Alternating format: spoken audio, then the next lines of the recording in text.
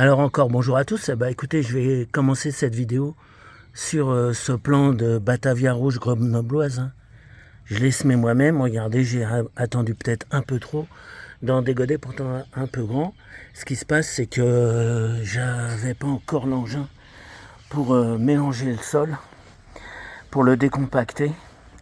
En fait, il faut comprendre une chose. Souvent, j'ai dit aux gens que avec du terreau, ils allaient alléger leur sol, mais le problème qu'il y a, c'est que c'est seulement passager, parce qu'au bout de 2 ans, 3 ans, les vers de terre qui sont extrêmement friands de tout ce qui est matière organique, et le terreau c'est que ça, de la matière organique, et ben ces vers de terre, ils vont manger tout ça, bien se régaler, et vous transformer ce terreau en terre.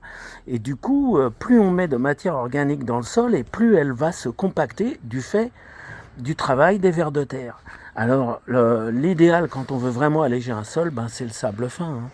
Donc moi j'en mets maintenant régulièrement, j'évite le terreau, et puis il restera comme matière organique quand même le paillis.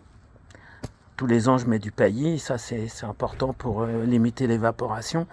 Ça nourrit pas vraiment, hein, la matière organique ne nourrit pas le sol, hein. La matière organique c'est 100% carbone, donc en fait la nourriture que les plantes trouvent dans le sol, elle vient de l'air.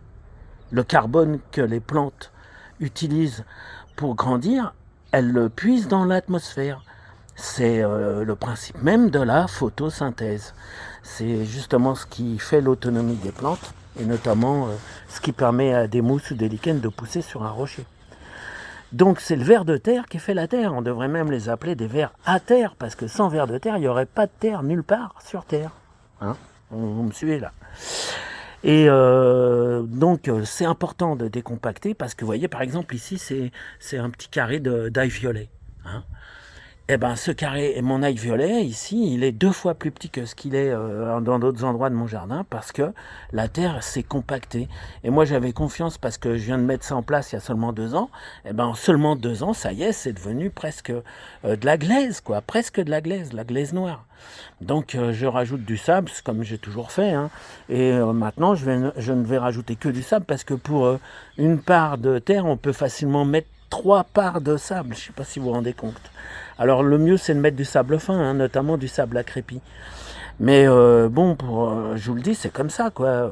La richesse, elle est dans le sable, parce que le sable, c'est minéral. Les oligo-éléments, les minéraux sont dans le sable. Dans la matière organique, dans le compost, il n'y a pratiquement rien. Vous ramassez la litière forestière, il n'y a rien, aucune richesse. D'ailleurs, il n'y a rien qui y pousse, à part du muguet et des champignons. Et parce que la particularité des champignons, c'est justement qu'ils se nourrissent du bois. Donc vous n'allez trouver que de la matière organique, et ça c'est pauvre. Il y a une espèce d'aura autour du compost qui n'a jamais existé, le compost en tant qu'engrais, que depuis que les écolos l'ont mis au goût du jour pour le recyclage. Le café, c'est extrêmement néfaste, mais c'est mis au goût du jour pour le recyclage. C'est uniquement dans une volonté de recyclage, certainement pas d'enrichissement du sol. Le compostage, c'est une richesse très limitée. La vraie richesse, elle est animale, et la vraie richesse, elle est connue de manière ancestrale par nos paysans, c'est le fumier. Les excréments, c'est eux qui contiennent l'azote nécessaire aux plantes. Donc quand vous faites un compost, transformez-le en fumier, n'hésitez pas à y mettre les déchets de cuisine, n'importe quel déchet de cuisine, mettez-les dedans, surtout si c'est viande ou poisson. Bien sûr, si vous avez des animaux, n'hésitez pas à ramasser, à mettre dedans, ça ne donnera que plus de goût. Et des toilettes sèches, c'est pareil. Et c'est ça qui fera la richesse. Il n'y a pas de secret, personne n'a rien inventé depuis des siècles, personne n'a strictement rien inventé en dehors de la chimie. Donc la litière forestière, le terreau, c'est pauvre, le compost, c'est à peine mieux.